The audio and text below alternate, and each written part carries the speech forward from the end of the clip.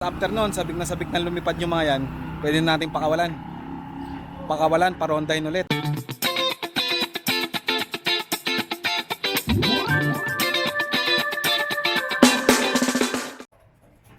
Good day mga kalapatol. Ayan, ako na naman si Pepe, ang yung tol sa pagkakalapate. At ngayon, gagawa tayo ng video tungkol sa unang pakawala natin sa mga jet fighters natin. Ayan, ipapakita natin yung paraan natin as a newbie fancier. Papakita natin yung paraan natin kung paano natin sila pinakawalan sa unang beses. Kaya subaybayan nyo hanggang dulo. Let's go. Ayan, so bago nga natin umpisan yung topic natin tungkol sa sa pakawala ng mga young birds natin, update muna natin yung mga breeders natin. Ito sila Popoy sa Kabasya. Kung naalala nyo yung video natin tungkol sa pagsingsing ng kalapate, ayan sila. So, pwede nyo panoodin yung video natin yun para ma-compare nyo kung yung itsura nila. Ayan, mga healthy yan. So, ang edad niyan, yung brown, ayan, naging brown. Kala ko nakaran, black check siya. Tapos yung isa, pure white. So, ang edad niyan, 13 days tong 13 days tong red. Tapos yung puti naman is 12 days. Okay? Ayan, si Popoy sa Kabasya. Yung update sa mga nila, inakay nila. So, dito naman tayo kay Catherine saka kay Daniel. Ayan, nagpisa na nga sila. Nagpisa na si Catherine saka si Daniel. Ayan, 2 days old na yan. Yung mga picture niyan, yung mga inakay. Sabay nagpisa yung yung first saka second egg. Sabay sila nagpisa. Tapos dito naman tayo sa mga natin, sa mga ipagsasalpukin pala natin yung pares Vandenbroek. 1 week na lang. Pwede nang isa lang tong mga to. So, puro vitamins na sila ngayon. Gagawa tayo ng separate topic sa ginawa natin sa kanilang conditioning sa sa bago sila i-breed. Bago sila pagsalpukin. Ayan, yung update sa mga natin, breeders natin. So, lipat naman tayo sa stock lot natin. So, ito naman yung mga stock lot natin. Sitting pretty lang sila dito. Hindi pa natin sila mapagsalpok kasi medyo puno pa yung kulungan natin. Ayan, dito yung mga babae, tapos dito nga yung mga lalaki. Ayan, may lima tayong cock, pero yung isa itong nasa baba, yung nasa kaliwa na baba. Ayan, parang bakla ata yan kasi nakikita ko minsan nakipagsubuan dun sa isang cock na yun, yung pangatlo sa taas, pangatlo mula sa kaliwa. So ito yung mga natin, hen, hindi pa natin ginamit. So ayan, tara, proceed tayo sa topic natin. So yun nga mga tol, ayan, unang pakawala nung natin, nung mga young bird natin. So ginawa natin para mas safe, hindi tayo mawalan. Kasi actually, as newbie panser, yung unang 4 na young bird ko, so nag-overfly talaga yun, nawalan ako ng young bird. So ngayon, sinigurado na natin. Kaya ginawa natin, lagyan muna natin ng mga tape yung mga pakpak nila. Ayan. Naglagay tayo ng tape sa pakpak nila. Ayan, nakikita niyo sila, ayan. Naglagay tayo ng tape sa pakpak nila para mga 4 na bagwis yung nilagyan natin para hindi sila makalayo kung if ever pumitik man sila. Tapos ito pakita ko, pag naglalagay ako ng pag nagpapakawala ako ng young bird, so papadaanin natin dito sa trapdoor. Dito natin sila papadaanin. Ayan. Dito natin papadaanin, tapos papunta doon. Para malaman nila na para malaman nila kung saan yung pasukan saka palabas. Ayan. Doon may isa tayo doon na naka-Bartolina kasi yan nag-overfly yan nakaraan. Ayan si Lilo. And Stitchelbot yung yung bloodline yan. So nag-overfly siya nakaraan, kahit may tape. Kaya nung bumalik siya, kinaumagahan na, kaya binartulina natin siya. Ayan siya. So yun nga, pag pinalabas natin sila dito, importante dapat mainit, ganyan. Yan, tirik yung araw, ayan Ito yung isa natin, yung litar natin. Tambay-tambay lang. Importante mainit para hindi sila magkaroon ng sigla na lumipad at makatambay-tambay lang sila dito sa loob natin, makabisado nila.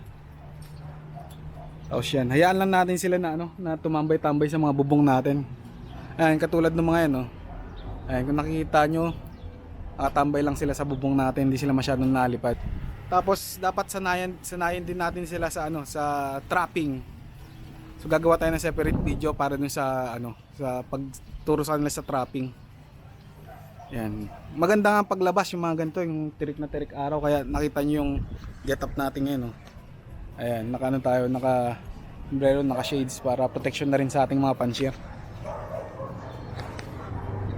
Yan, yan, paikot-ikot lang sila diyan sa bubong natin. Mas maganda yan, makabisado nila yung ano, yung mga naapakan nila yung mga yero natin para pag lalanding sila, nasa instinct na nila na safe yung lalandingan nila, walang predator. Ayan. Kasi kunyari, hindi mo pinalabas, hindi mo sinanay na ganyan, tapos lumipad, never lalanding sa yan. Hirap na hirap lumanding sa iyo yan kasi hindi niya kabisado yung ano mo, yung lugar mo. Kaya mainam yung ganyan lang sa umpisa. Pero pag yun nga, pag may nag-overfly tapos bumalik, ibartulina nyo katulad nga nito ni Lilo. Actually tinanggalan ko na ng tape to kasi ibabartulina ko rin naman na siya eh. Ayan si Lilo, nasa aviary natin. Babartulina ko rin naman na siya. Yung mga ano, yung mga pinakakawalan nating mga young bird, ayan, mga siguro 2 araw pa na ganyan yung style natin sa kanila. Tapos yung mga susunod na araw na yun, tanggalan na natin ng tape. Tapos saka natin pakawalan, tapos 1 ronda lang, 2 ronda. Ayan, bartulina natin mga 2 weeks. 1 week or 2 weeks para sabik silang lumipad ulit, tapos turuan na natin sila dun sa release natin. Sa pantip mga tol, dapat pag nagpakawala tayo ng kalapate, tawag to, yan nga, dapat sobrang ano, tanghaling tapat, yung sobrang init. Tapos mga ano, nagpapakawala tayo ng mga young bird natin, mga 30 to 45 days na sila. Pero kahit 30 to 45 days sila, nilagyan ko pa rin yung tape, yung mga ano nila, mga bagwis nila, para sure na sure tayo. Kasi mas masakit mawalan talaga kaysa yung mag feathering tayo. Tubot to tubo lang din naman ulit yung mga bagwis nila, kaysa yung mawala, baka hindi na nga bumalik. Yan, tapos yun nga, pag nalipad na sila, rumonda na sila, siguro mga nagre-ranging na sila, ano natin ulit sila, kulong ulit natin sila mga 2 weeks nga. Tapos palinawin na natin mata, mga pagulangin na natin sila, yung mga ano, young bird natin. Tapos after nun, sabik na lumipad yung mga yan, pwede natin pakawalan, parondahin ulit. Subukan muna natin ulit unang ronda nila sa tanghali. Kasi pag umaga, maligalig yung mga ano natin, mga young bird natin. Ayan sila, oh. So yun pa yung isa. Bali, 6 yung young bird natin ngayon na tinuturuan. Yung isa binartulina natin. Ito yan, pumapasok na nga yung isa sa ano natin, sa trapdoor natin. Siguro nauuhaw na to. So hindi ko muna sila bubugawin, mamaya na lang ulit pagkakain. Ayan, paikot-ikot lang sila dito sa loft natin. Patawid-tawid lang ng mga yero, dyan, yero. Saka maganda pala pag bago natin sa pakawalan, ano tayo, maganda yung pag viewing natin. Since may aviary tayo, dito natin nilalagay yung ano, yung mga young bird natin. Pero kung wala namang aviary yung loft nyo, pwede nyo ilagay sa cage, tapos ilagay nyo sa ano, sa mataas na lugar. Kagandahan lang din sa loft ko, ay nasa mataas na lugar ako, makikita nyo yung tanawin, no? Yan, kaya maganda yung viewing natin, madali nila matandaan yung paligid nila. So yan yung ano, paligid ng loft ko, kaya madali nilang matandaan yung ano nila, kung nasaan yung loft nila. So importante din yung viewing, importante yung viewing, mga kabisado nila yung ano nila, kabisado nila yung lugar nila. Ayan, palipad-lipad lang sila.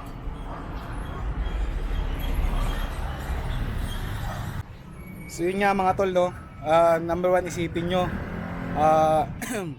expect nyo na mawawalan din kayo ng kalapate. Ano nyo sa ano nyo, parte ng pagiging fancier.